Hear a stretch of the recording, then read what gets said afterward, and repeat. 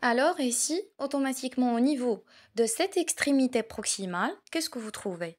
Donc vous trouvez ce qu'on appelle un tubercule majeur et un tubercule mineur et un sillon intertuberculaire. Et cette surface articulaire avec automatiquement la cavité glynoïdale de la scapula. D'accord?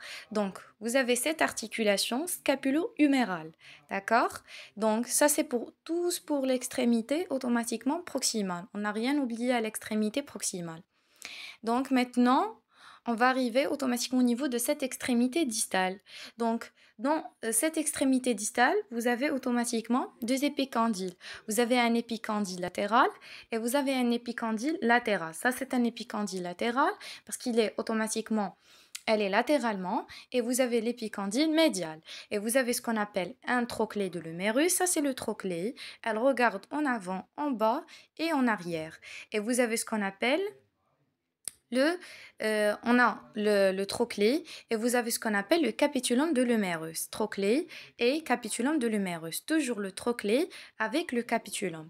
Alors le trochlé va s'articuler avec ce qu'on appelle le radius et on a dit que le trochlé va s'articuler automatiquement avec l'ulna, exactement avec l'incisure trochléaire. Bien et bien.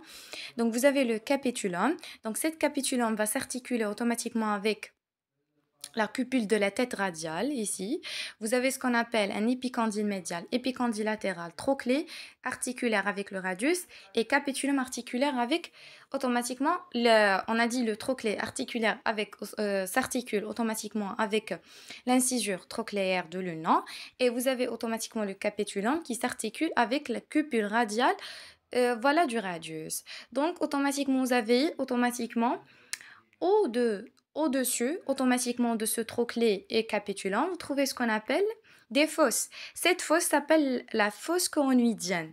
Et cette fosse, c'est la fosse radiale. Ça, c'est la fosse radiale. Ça, c'est la fosse coronoïdienne. Ça, c'est la fosse coronoïdienne.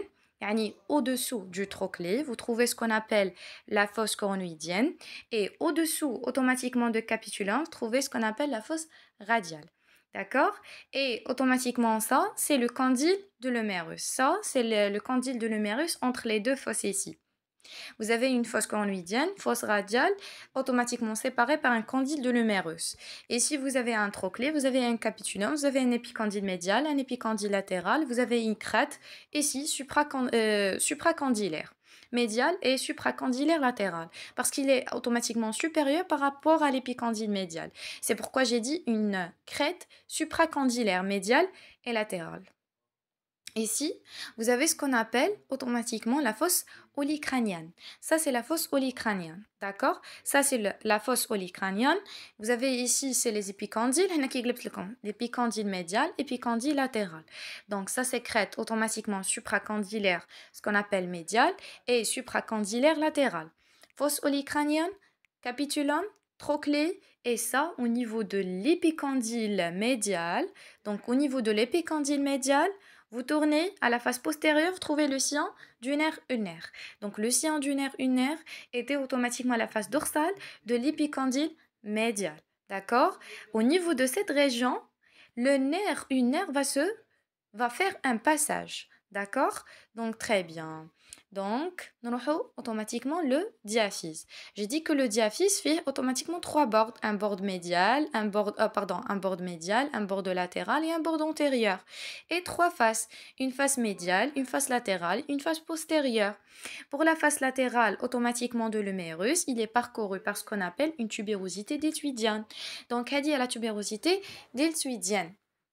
Et à la face automatiquement postérieure, vous trouvez automatiquement au niveau du col chirurgical le sillon du nerf radial.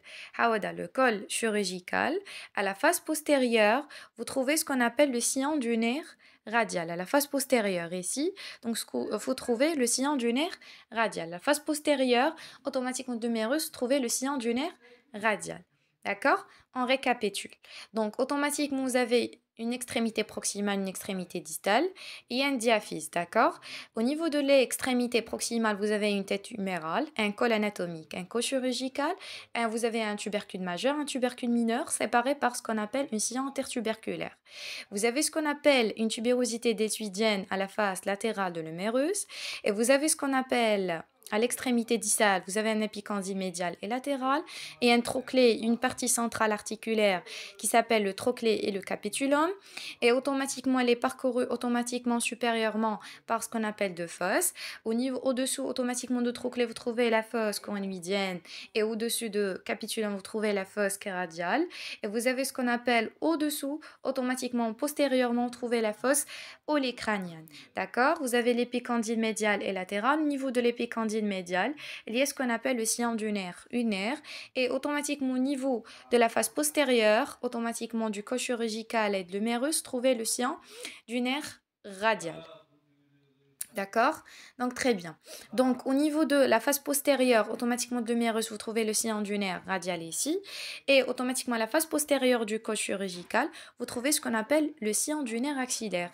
Il n'est pas visible ici, mais au niveau de la face postérieure du col chirurgical, donc c'est tout pour le mérus, d'accord?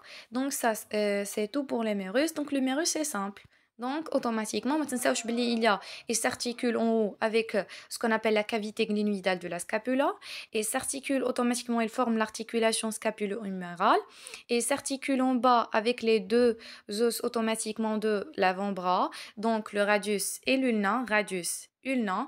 Donc l'ulna dit médialement, le radius latéralement. Donc, automatiquement, le trochlée de l'humérus va s'articuler avec l'incisure trochléaire de l'ulna et le capitulum va s'articuler avec le cupule radial, voilà de radius. Donc, c'est tout pour l'humérus. On va passer à autre chose.